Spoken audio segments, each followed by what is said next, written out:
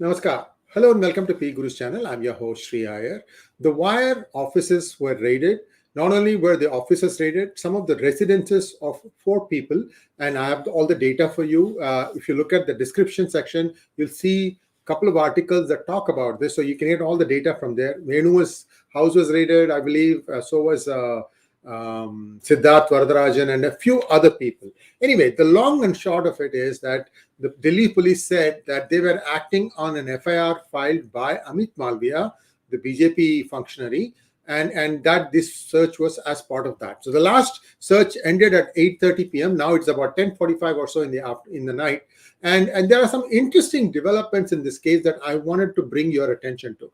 First off, what had happened was that all of them have said that we are complying with the police. We have given them their devices. We have given them our passwords. We have also requested them that they only clone that part of the phone or that iPad which pertains to this case. I don't know if that is possible at all. Usually you get the entire image. Anyway, I'll leave it to the Delhi police to figure that part out. But there's an interesting twist in this tale. And that twist happens to be that Siddarth Varadharajan has filed a police complaint saying that one of his employees, and his name is Devesh Kumar, he said that this is a person who did the mischief. I'll just read it out exactly what he said.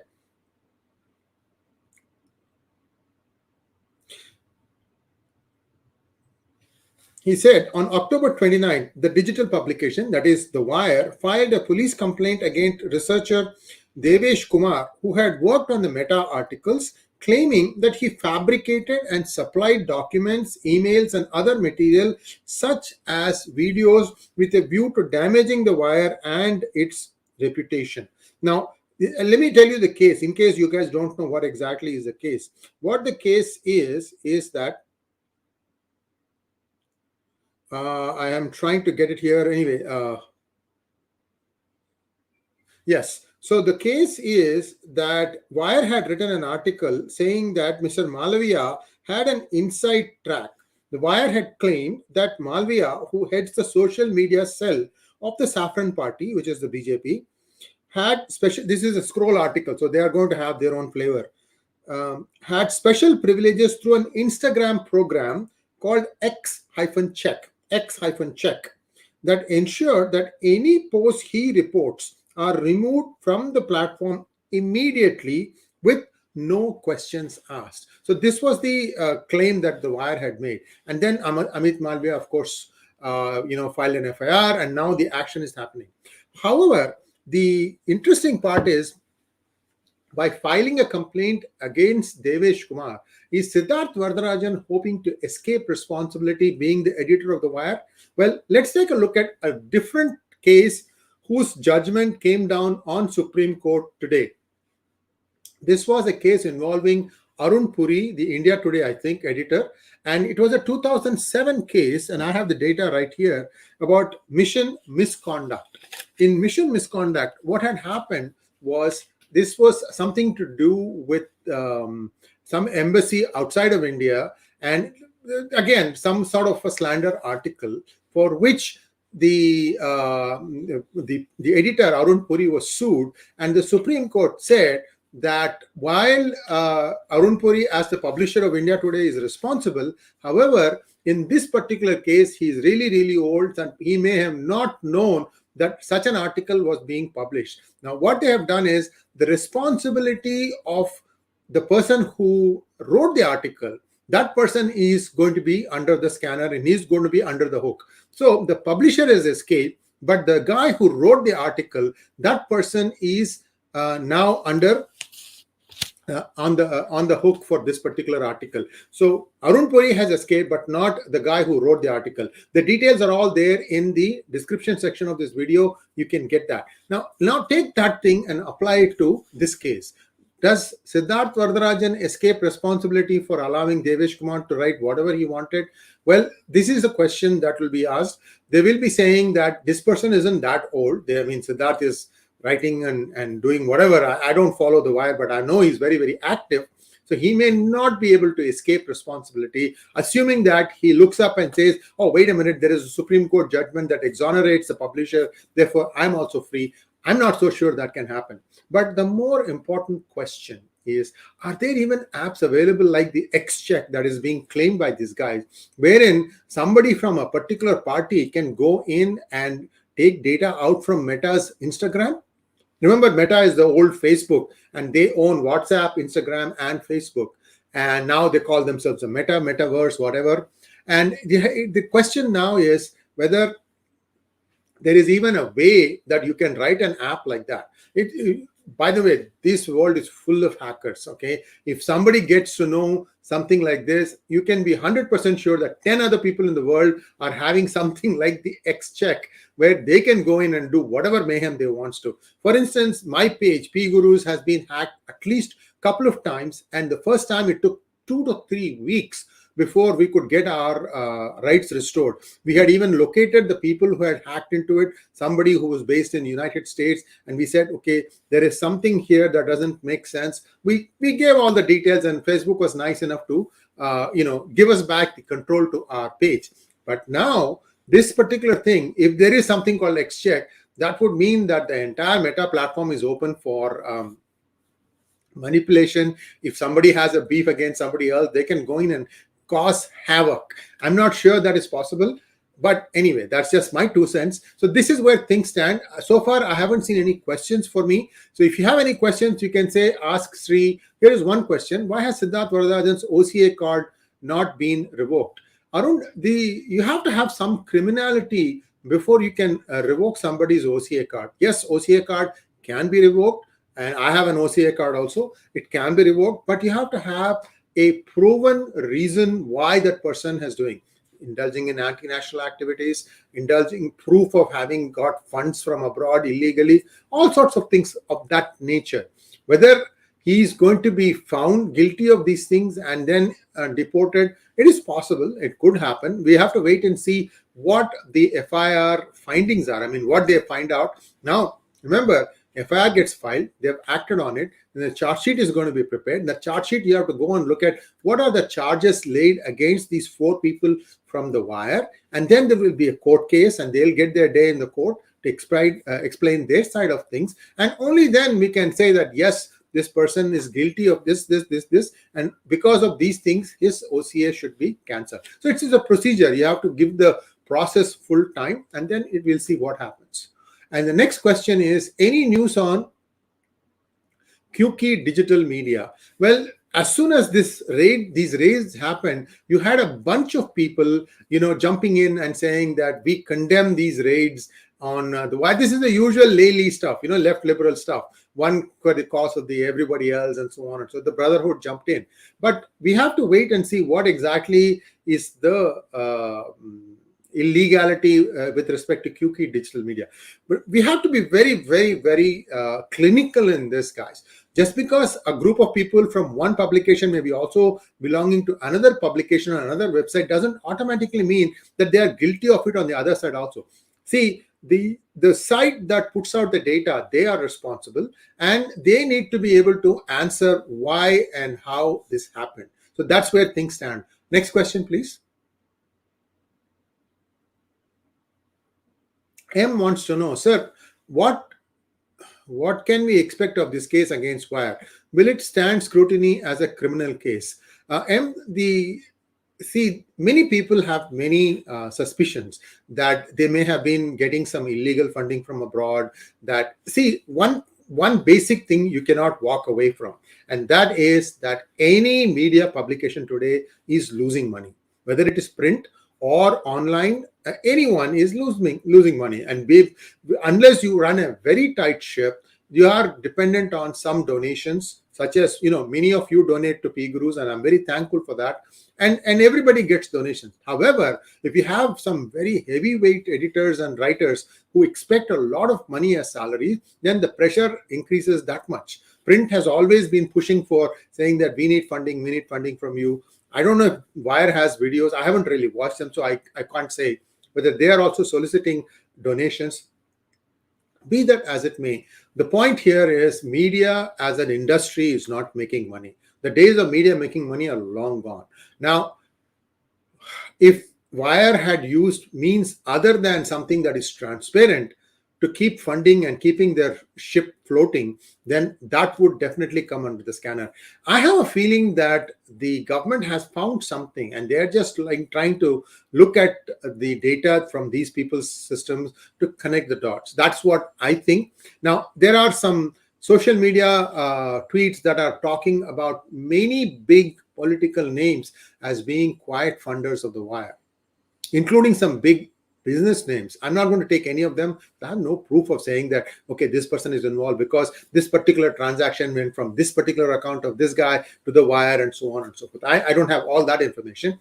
All I'm saying is on social media, there have been many names also dropped as to who were the quiet funders of the wire. These are Indians, by the way. Next question, please.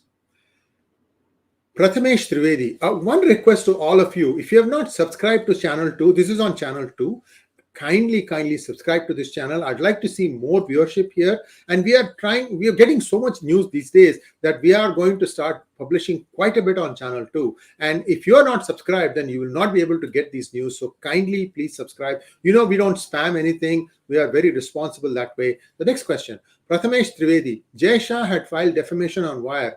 Is there an update on it? I don't remember what happened, but I think that has been settled. I don't know. I have no idea, guys. So I'm sorry, I'm ignorant on that. Oh, I take it back. Looks like we are on channel 1 and not channel 2. My bad. I thought we were on channel 2. Never mind. But I do want you to still subscribe to our channel 2 also. The link will be in the description section. If you go and look there, it says channel 2 subscription also. That helps. Next question from Vignesh KV. Why in India the journalism has become like this? I remember 10, 15 years ago, quality is not there now. Though the journalists are even qualified for their job, it doesn't seem so. Vignesh, the media lost its credibility, and once you lose credibility, your viewership starts falling down.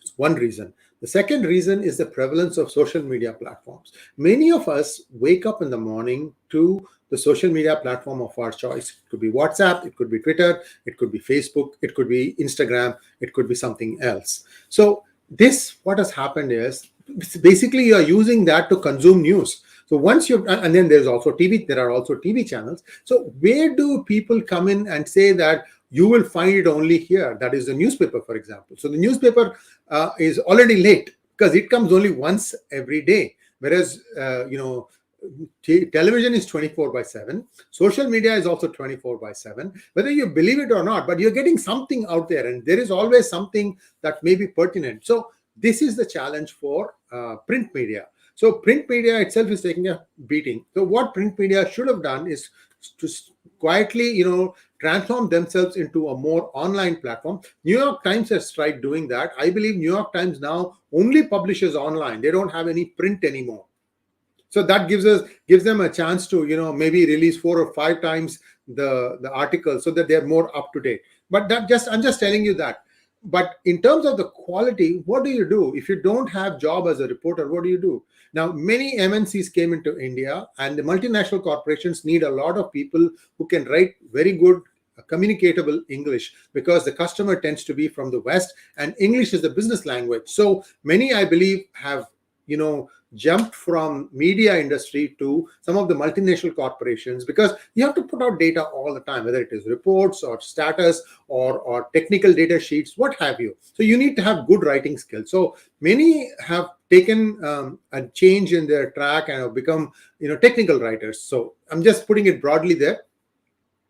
So what happened is the media industry now doesn't have the same kind of quality, doesn't have the same caliber. So yes, the quality has suffered a little bit. Next question from Maya Jagannathan. But with time elapse, won't all evidence be removed? Can't only evidence already available in social media be enough to convict them? Will their data, mobiles, computers be subject to forensic checks? No, you have to prove beyond a doubt that there was criminality. Maya, we don't know what exactly is the criminality that they are suspecting. Now, see, these days, it is not so easy to establish a link between somebody and somebody else. People don't give money anymore, or sometimes they do. But these are, to run a shop like The Wire, it requires probably lakhs and lakhs per month.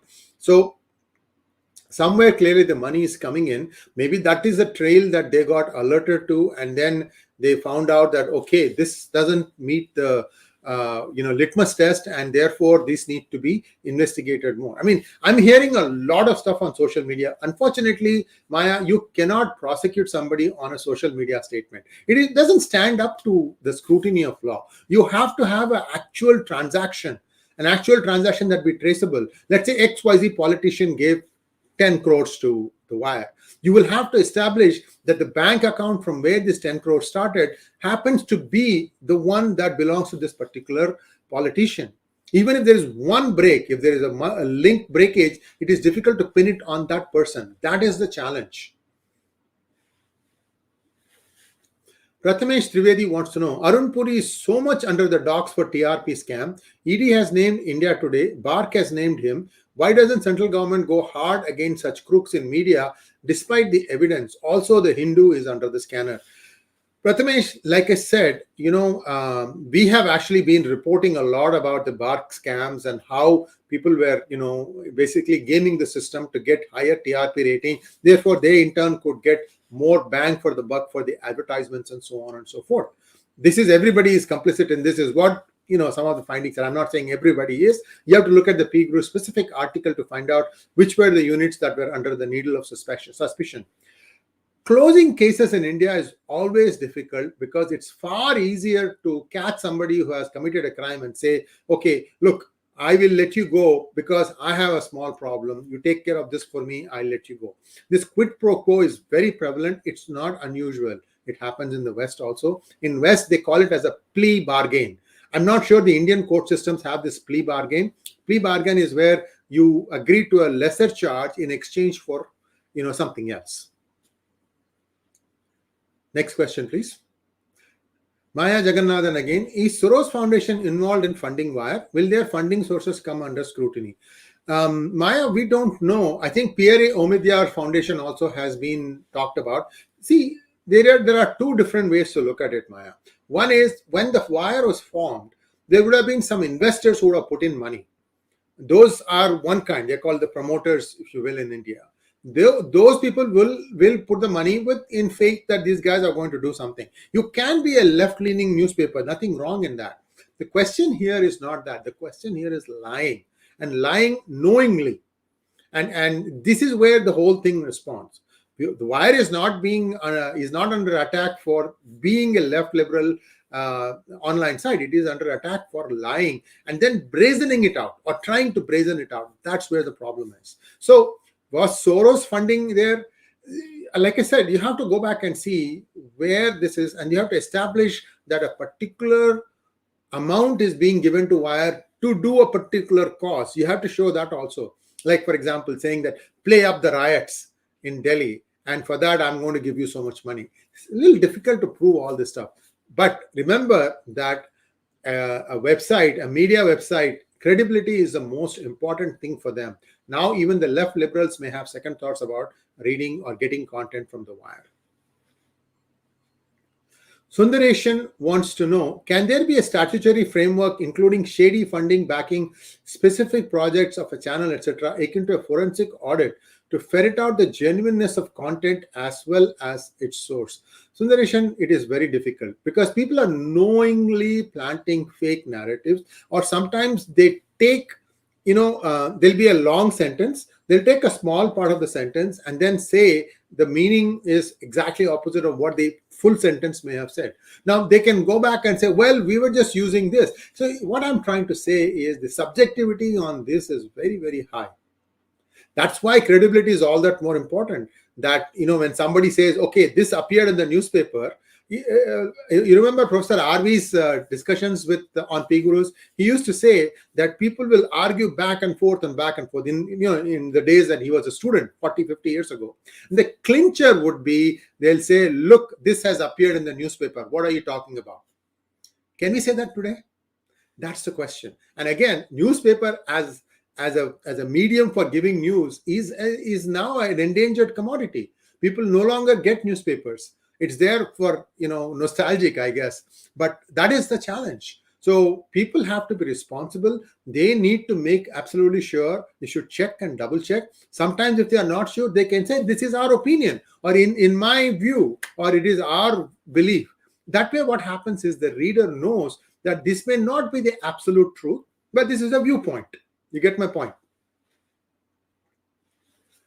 Pranav Raghavan wants to know, is there any foreign link to the bridge collapse in Gujarat? Pranav, it's a little early. See, what we are hearing is that only 150 people are supposed to be allowed on the bridge at a given time. The span is a hanging span and definitely delicate. They are saying that 700 tickets were issued. You would be amazed how the instructions don't get followed in India. Amazing. If you go to US, right, many stores have a limit on how many people can be inside the store at a given time.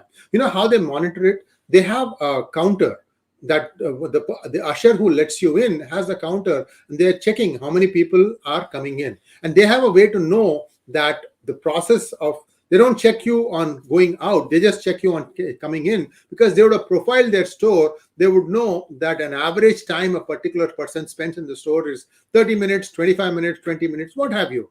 And therefore they know that, at this point I can say that the store is full and I'm not going to allow it. So these kinds of things have to be put in place. And looks like that 700 people on a suspension bridge, and that's really, really sad. I mean, somebody who allowed this, I don't know how they did that. And somebody was trying to make a quick buck.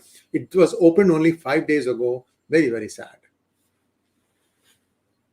A. Krishna wants to know, how can the editors get away by blaming just one person? Where is the editorial accountability? You are absolutely right, Krishna. That is why I said that Arun Poorie, I think he should consider himself lucky that the 2007 article called Mission Misconduct, he is not being implicated. Rather, just the writer of that particular article is being implicated. That he is extremely lucky. I would say the buck stopped with the editor. I don't know if Arun Poorie was editor at that point of time. So we have to find out, but the editor is responsible. What happens is editorial guidelines are there that we shall only publish these things. And when somebody goes beyond that, that needs to be under double scrutiny, so that you make sure that if there is something you are going beyond the regulations and rules or the philosophy of the website, that you be more diligent in checking that stuff. Indian. Is there any chance of government taking social media activities under control, watch? Well, now they have passed some laws, and all the social media companies have said they're going to comply with it. The biggest thing is, I would ask, if I were the government, I would be concerned about, the biggest thing is where the fake narrative is sprouting from, the Gangotri of the fake narrative. Where is it starting? If that data is available, then everything becomes easy, because then what happens is you don't have to go and, throw 10 people in jail. There'll be only one person who would have done it, and that person you can catch and let the law take its own course on that particular individual who would have planted the fake story. I don't know how successful that has been, but I think that is a start. Now the Indian government is conscious, because what you don't know is whether it is WhatsApp, whether it is Facebook or Twitter or any other social media platform, they've all become echo chambers. By that, what I mean is, some people with a very extreme views will become members of that group. Each one comes up with an even bigger and more embellished story. So what happens is you're whipping up passions. The truth is something else, but the passions are, so inflamed, and that makes people to go out and do some weird things. This is where the concern should be. That is why I said that the person who puts out the fake narrative, the Gangotri, the originator, if that can be caught using, they can get a magistrate's warrant for finding out what this was. And with that, due process, if they can find out, they can trace where the origin of the fake news was, that will go a long way to cleaning this thing up. Prathamesh Trivedi, Twitter takeover by Elon, how much is going to affect the left-leaning media? Prathamesh, I was going to do a monologue on this, but I'm glad you asked, because this can be that monologue. Remember one thing that many people have missed. I don't know if maybe you didn't miss. Elon Musk is taking Twitter private. That means he the Twitter is no longer under public scrutiny. It's not a public company anymore. The Securities and Exchange Commission cannot audit them to find out what they are doing. In other words, he's basically getting his own, he can, I'm just saying, carte blanche. He could be getting some of his own ideas to implement in this. He says that he's going to put together a board where those people will be moderating. I think moderation control board or something like that. Those guys will be setting the agenda. So we don't know what that is. In fact, I have my own doubts. If you just look at the entire process of acquisition of Twitter, he said he'll pay 44 billion. And then he walked away from it. He said that there are too many, as a percentage, there are too many fake bot accounts. And then why did he change his mind to come back and buy it again? That's the question that many people are not asking. Because there is an Elmer video on PGurus where we talk about something else. What exactly happened to Elon Musk in China? Okay, so if he had walked away from the Twitter deal, he was only going to pay 1 billion in fines. Surely he's not going to pay 43 billion more on a platform where he thinks that there are an excessive number of bots. How is he going to clean that up? So clearly there is something that is missing there. Also, he says that he wants to make Twitter like a WeChat model where the platform can also do transactions, financial transactions, for a fee, of course. And so we have to wait and see what kind of a formulation he comes up with. He also said that one day he said 75% will be laid off. Another day he said, no, that is not true. But we are seeing people being laid off in Twitter. And this is happening now as we speak. And they said that 1st November, which is tomorrow, if somebody stays on, they get many more stock grants. So they may be laying off a lot of people today. I don't have an idea. But if you follow some of the Western news channels, you may be able to find out how many people actually got laid off. Santosh Kumar wants to know, is there an update on the action from GOI to deal with the 6,000 accounts generated by PARC with Turkey training to target India?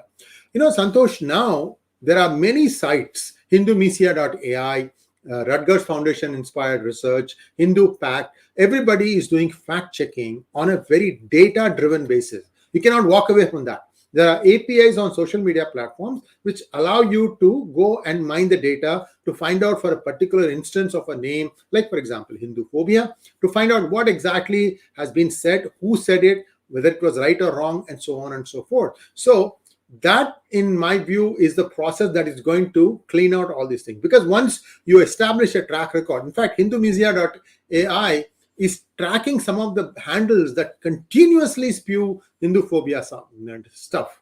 So those will be, candidates that can be, cited by the government and said, look, these are all liars, shut them down. Of course, they'll morph into a new handle, but the problem is that new handle has to start building its own subscriber base. That takes time, so that will slow them down. So these things are happening. There is not much you can do. They'll say at best, why don't you do the same thing to Turkey? And who knows, India might be doing it. I'm not saying yes or no. All I'm trying to say is this is routine, par for the course. No country wants other countries to go ahead and they'll put every possible impediment in the way. You just have to figure out what the impediment is and get rid of it or give it back to them in a bigger way. Then, they'll be caught naked. Maya Jagannathan, is there any reliable fact-checking app? Can a fail-safe algorithm be written for such an app which does unbiased fact check? Maya, I wish there was. You see, people just throw something. It could be a reflection of the state of their mind at that particular moment. They are angry at someone, but that anger is taken out in the form of a tweet at something else. So you have to, don't take social media comments at their face value. Look a little bit more. I mean, not everything is going to affect us. So at best, you should only look at only those things that you think will really affect you, and then dig a little deeper. Look at left side, look at the right side, and see where the truth lies, and you'll find it soon enough. All right, guys, that was excellent response. We just gave 10 minutes advanced time, and you guys responded. We've had a great traffic today. Very good set of questions, and this is late night in India. And thank you once again, all of you, for supporting us. Please like, share, and subscribe to our channel. And don't forget to click on the bell button for notifications. If you liked our research, please consider donating to us. Thank you very much. Namaskar.